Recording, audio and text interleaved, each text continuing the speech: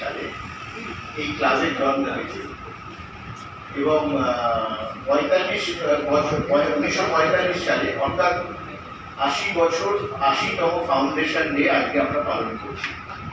এটা শুধুমাত্র আমাদের গর্বের বিষয় শুধু নয়, শুধুমাত্র কলকাতার গর্বের বিষয় শুধু নয়, ভারতবর্ষেরও গর্বের বিষয় শুধু নয়, দক্ষিণ এশিয়ায় সবচেয়ে প্রাচীন প্রেস ক্লাবের নাম হচ্ছে কলকাতা প্রেস ক্লাব।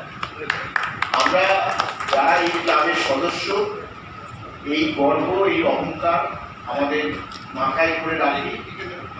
আর আজকে সেই অহংকারের মধ্যে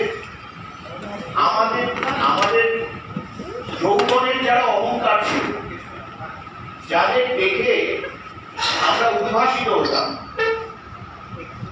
তারা আজকে আমার সামনে বসে আছে। এবং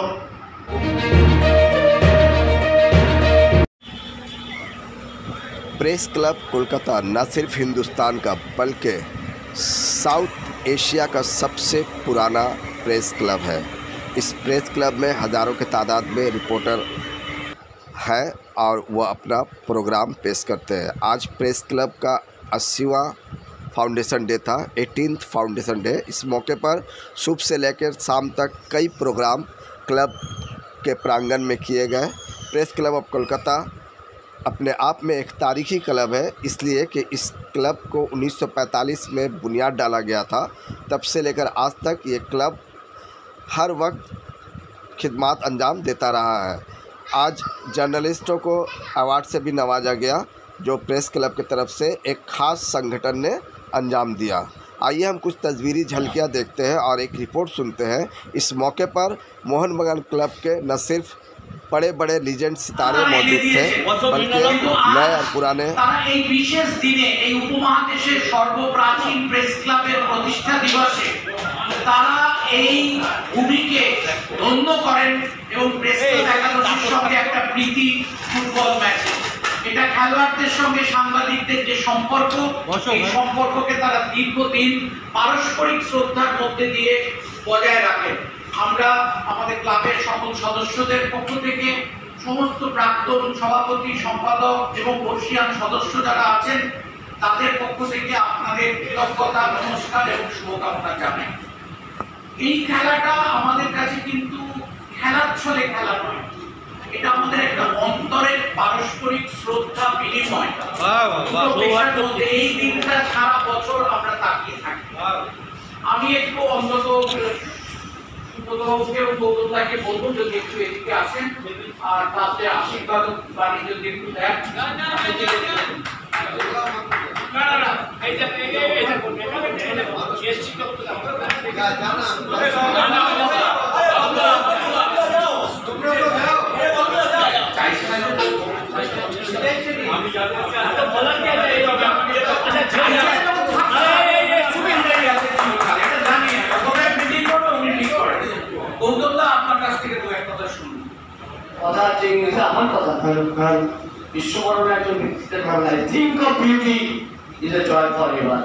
বিশ্বাস করুন এই 22 তারিখে না 22শে জুলাই আমরা মুখিয়ে থাকি এই প্রেস ক্লাবে এই ভালোবাসা দেবার জন্য।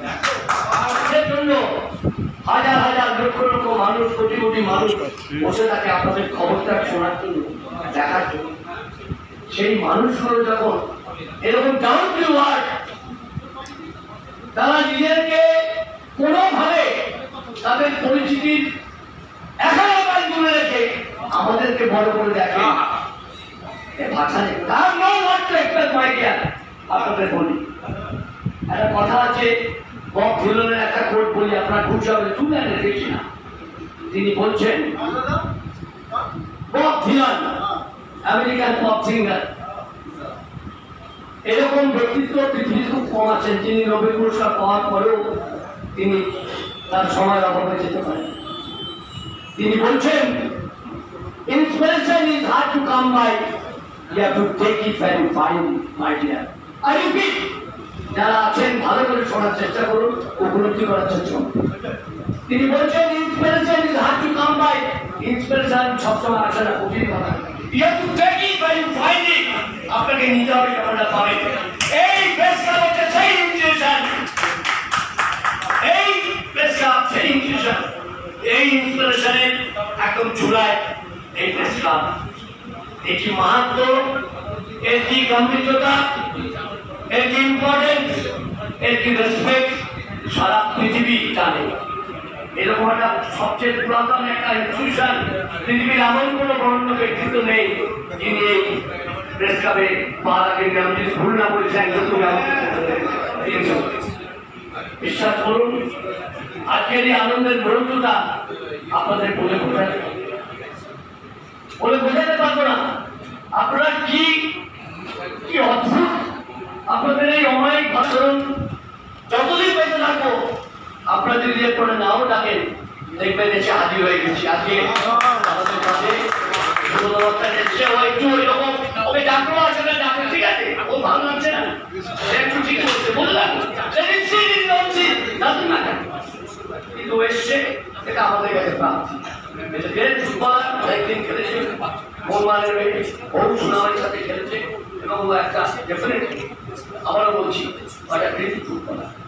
কিন্তু আজকে এখানে সঞ্জয় মাঝি থেকে আমার বান্ধব, আমার প্রিয় খেলোয়াড়, আমার লড়াকু প্লেয়ার, আমার দীপু, আমি এত ভালো ছেলে জানতাম না দীপিত বিশ্বাস কত গোল করেছে, সঞ্জয় মাঝি কত গোল,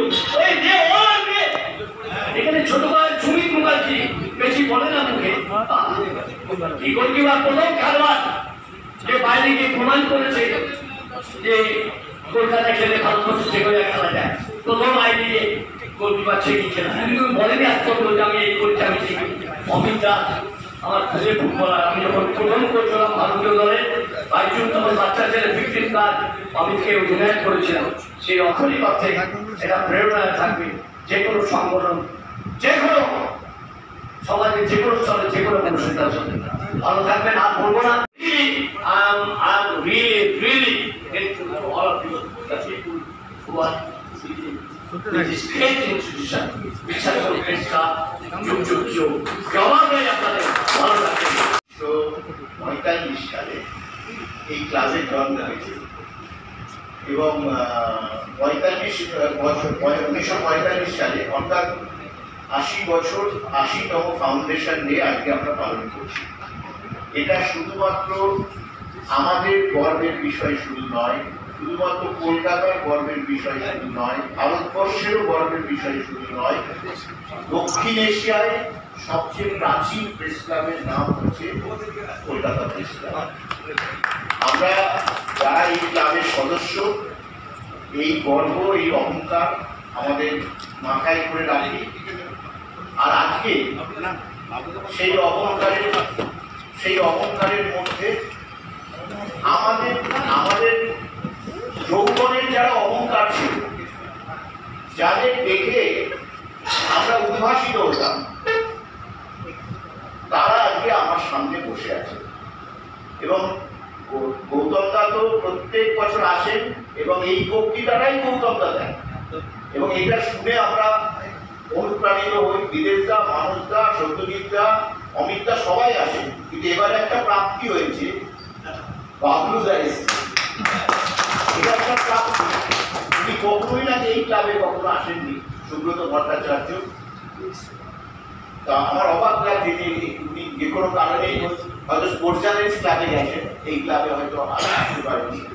তো শেষ অবধি সুব্রত দা এসেছেন আমাদের ক্লাবে, আমরা তার জন্য কৃতজ্ঞ। এবং সত্যি কথা বলতে কি, আজকের দিনটা আপনারা যেমন তাকিয়ে থাকেন, এই দেখুন আমাদের ওখানে মেম্বাররা আমানদা রয়েছে, রাজদা রয়েছে, কুণ্ডুবাবু রয়েছে, প্রত্যেকে দেখুন স্বপনদা সবাই রয়েছে। এই যে মানিটা প্রত্যেক, এরা কিন্তু বহু সিনিয়র মেম্বার, এদেরও অনেকের বয়স 80 পেরিয়ে গেছে। তো এই মেম্বাররা শুধুমাত্র এই দিনটাই আসেন আপনাদের সঙ্গে ওই মাঠে দাঁড়িয়ে, মোহনবাগান মাঠে দাঁড়িয়ে ওই ফুটবল বলটা নিয়ে কিন্তু খেলা তো ছুতো। আসলে আমরা একে অপরের সঙ্গে মিলবো, আড্ডা মারবো, একসঙ্গে খাওয়া দাওয়া করবো, তারপর এখানে বক্তৃতা দেবো, হইচই করবো। তো এই যে আমাদের যে উৎসবে আপনারা এসে সামিল হন, এটা আমাদের কাছে খুব আনন্দের, খুব গর্বের। দাদা একটু এদিকে আসুন। যার মাধ্যমে আজকে এই ম্যাচটা আমরা করতে পারি একটি শট তুলে দেওয়ার জন্য অনুরোধ করছি আমাদের ক্লাব সভাপতি